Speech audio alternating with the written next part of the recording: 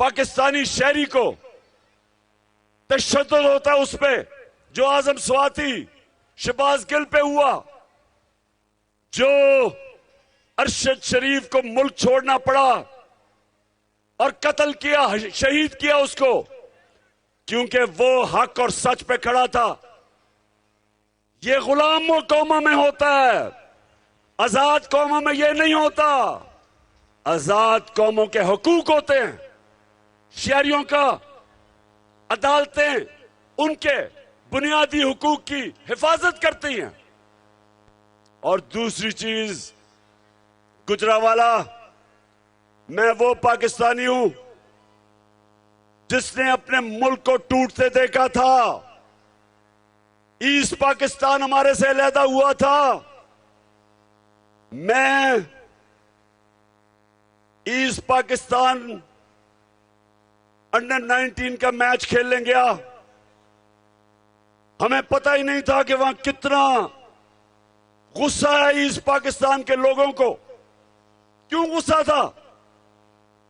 क्योंकि उनकी जो सबसे बड़ी जमात, जो पाकिस्तान की सबसे बड़ी जमात, वो ईस्ट पाकिस्तान से थी। वो इलेक्शन जीत गए थे, लेकिन ईस्ट पाकिस्तान के लोगों को गुस्सा यह था कि जो उनका हक था, जो मैंडेट था, वो नहीं दिया जा रहा था। क्यों नहीं दिया जा रहा था? क्योंकि यहां एक सियासतदान, उसने साजिश की अपनी कुर्सी के लिए। उसने ईस्ट पाकिस्तान की पार्टी जो इलेक्शन जीत गई थी, उनको हक नहीं दिया कि जो उनका हक था कि जब इलेक्शन जीते तो उनको क़यादत करनी चाहिए थी। वो उस सियासतदान ने पाकिस्तान की फौज को उस पार्टी के खिलाफ खड़ा कर दिया और नतीजा ये हुआ कि पाकिस्तान टूट गया, हमारा मुल्क आधा हो गया। आज फिर ये जो लंदन में बैठा हुआ भगोड़ा है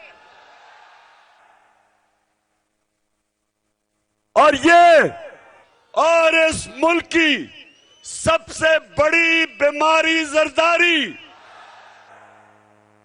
ये दोनों डाकू मिलकर कोशिश कर रहे हैं कि पाकिस्तान की सबसे बड़ी जमात, उसको मुल्क की इस्टेब्लिशमेंट के खिलाफ खड़ा करें।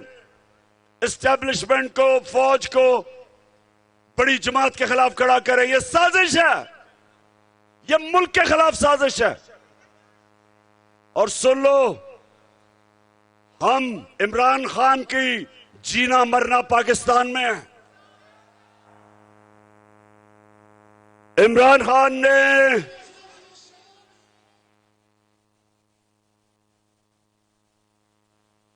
सुन लो गौर से, मेरे ऊपर कोई 30 FIR काट चुके हैं, दहशतगर्दी का केस मेरे ऊपर कर चुके हैं। मेरे ऊपर वो एक इनका शरीफ खानदान का घर का पालतू नौकर, चीफ इलेक्शन कमिश्नर, वो अलहदा मेरे पे केस कर रहा है। उसको तो खैर मैंने अदालत के अंदर लेके जाना है और 10 अरब का हर्जाना करूंगा इस बदनीयत आदमी के खिलाफ।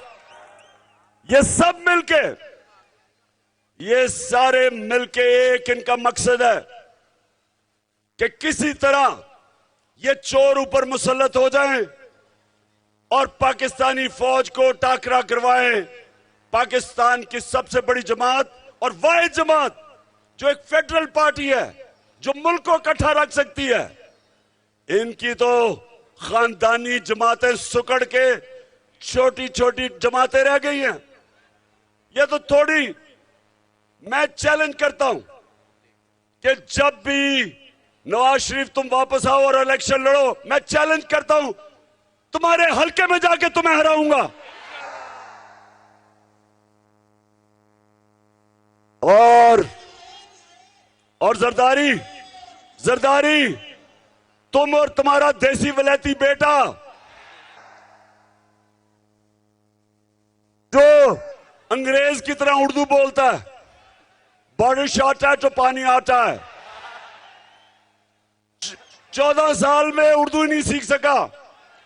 मैं सिंध आ रहा हूं, मुझे जरा इधर से फारग होने दो। जरदारी तुम्हारे पीछे मैं सिंध आ रहा हूं, तैयारी कर लो। सिंध के लोगों को सबसे ज्यादा आजादी की जरूरत है, सबसे ज्यादा जुल्म सिंध के लोगों के ऊपर है। तो इंशाअल्लाह हम वो जमात है और मैं वो सियासतदान हूं जिसने मुल्क से बाहर नहीं भागना। मैं नवाज शरीफ नहीं हूं कि हर वक्त जब उसके ऊपर कोई केस होता है पहले मुशर्रफ के घुटने गोडे पकड़ के एनआरओ लेके बाहर भाग गया, फिर एनआरओ लेके वापस आया, फिर यहां डाके मारे, फिर जब वक्त आया एहतसाब का, फिर इसने अपने रिजल्ट जो इसके मेडिकल रिजल्ट थे उनमें भी धांधली की और उसके बाद बीमार करके फिर बाहर भाग गया। और आप इंतजार कर रहे हैं कि जनाब बड़े ताकतवर एस्टेब्लिशमेंट से इसको एनआरओ मिलेगा और ये वापस आ जाएगा, जिस तरह मनी लॉन्ड्रर इसहाक डार वापस आ गया।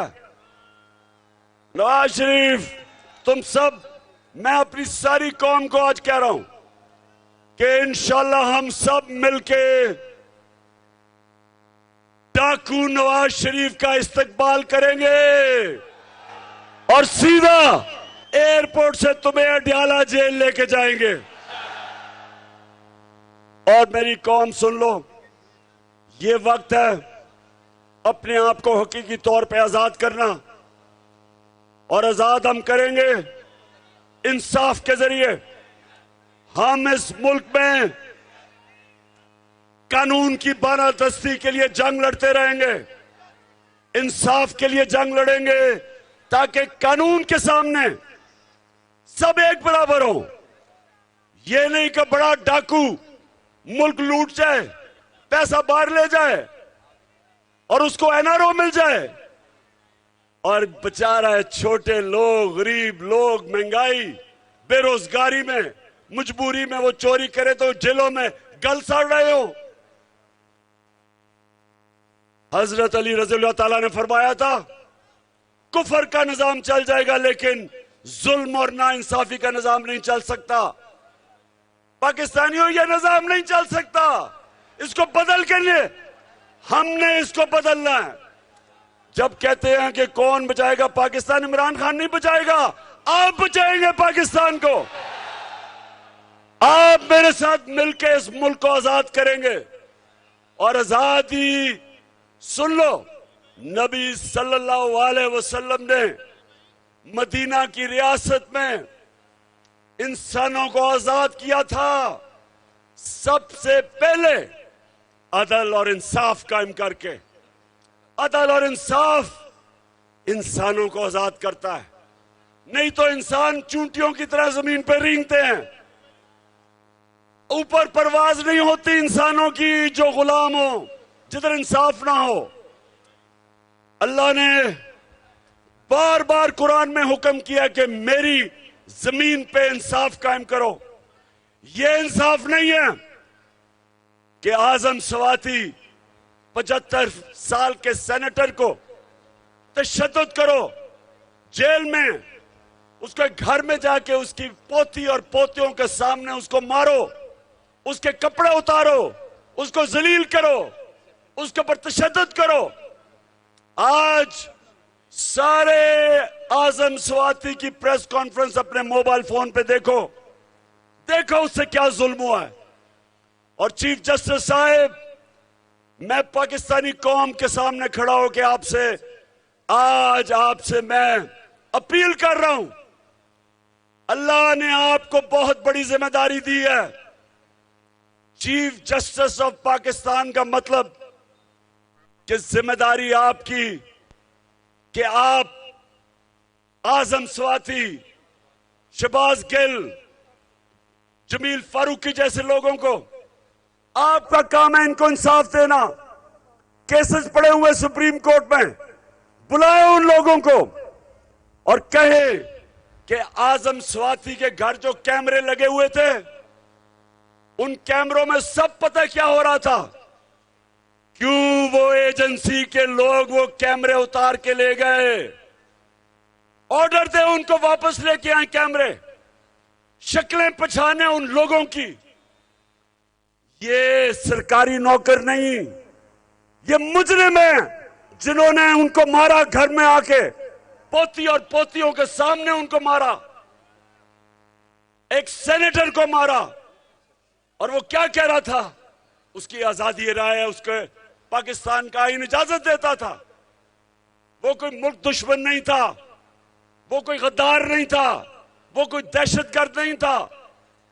तो मैं चीफ जस्टिस साहब, ये जो हमारी हकीकी आजादी की तहरीक है, हम आपके तरफ और पाकिस्तान की अदलिया की तरफ देख रहे हैं, सारी कौम देख रही है कि आपने इस मुल्क में कानून की बालादस्ती कायम करनी है। अब आपने सब ने मेरे साथ खड़े होकर हल्फ लेना है, आपने सब अपना हाथ उठाना है और ऊंचा मेरे बाद फैसल आगे बोलेगा, आपने सब ने ऊंची आवाज में बात करनी है। जी शुरू करते हैं। बिस्मिल्लाहिर्रहमानिर्रहीम। हम हल्फ उठाते हैं कि हम पाकिस्तान के आइन की हमेशा पासदारी करेंगे। हम कभी भी अल्लाह के सिवा किसी के सामने नहीं झुकेंगे और हम हकीकी आजादी के इस जिहाद में आखिर तक इमरान खान के साथ जद्दोजहद करेंगे। अल्लाह हम सबका हामी और नासिर हो, आमीन। लाजिम है कि हम भी देखेंगे, हम देखेंगे वो दिन के जिसका वादा है, हम देखेंगे वो दिन।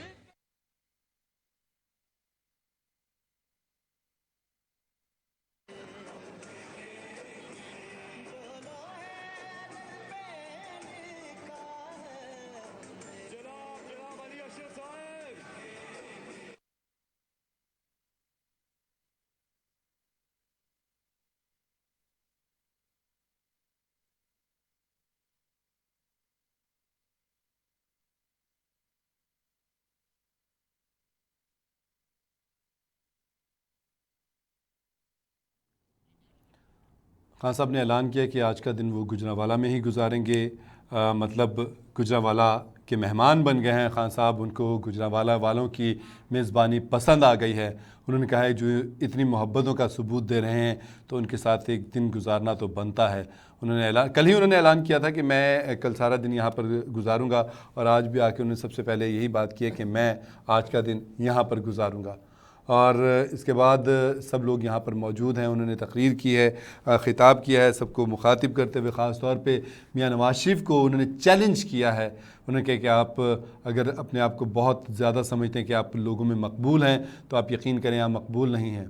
और उन्होंने वाज़ेह तौर पे कहा कि मैं आपको अगर आप आते हैं तो आपके हलके से इलेक्शन लड़के आपको हरवाऊँगा, आपको बिल्कुल इलेक्शन जीतने नहीं दूँगा, आपको अपनी मकबूलियत का पता चल जाएगा। और इसके साथ साथ मैं ये भी बताऊं कि उन्होंने जरदारी साहब को भी मुखातिब किया। उन्होंने कहा कि आपका बेटा 14 साल से यहाँ पर उर्दू ही नहीं सीख सका। हालांकि 14 साल कोई छोटी मुद्दत नहीं होती है, कम मुद्दत नहीं होती है। वो कहते हैं साफ नज़र भी आता है कि वो एक्ट करते हैं अब अपने आप को अभी भी फॉरनर होने का। एक बंदे का बचपन गुजरा, जवानी गुजरी, 14 साल बहुत बड़ा अरसा है। हम कोई यहाँ से देहाती भी अगर किसी बैरून मुल्क जाता है, सऊदीया चला जाता है या किसी यूरोपियन कंट्री चला जाता है या अमेरिका चला जाता है तो वो वहाँ की जो ज़ुबान है वो सीख जाता है। ऐसा नहीं होता कि वो नहीं सीखे। और ये तो माशाल्लाह से पढ़े लिखे और पुराने सियासतदान, घाघ सियासतदान हैं। सीखने की इनमें बहुत ज़्यादा अहलियत होनी चाहिए। बैरकेब खान साहब ने कहा कि जी उनको उर्दू नहीं है।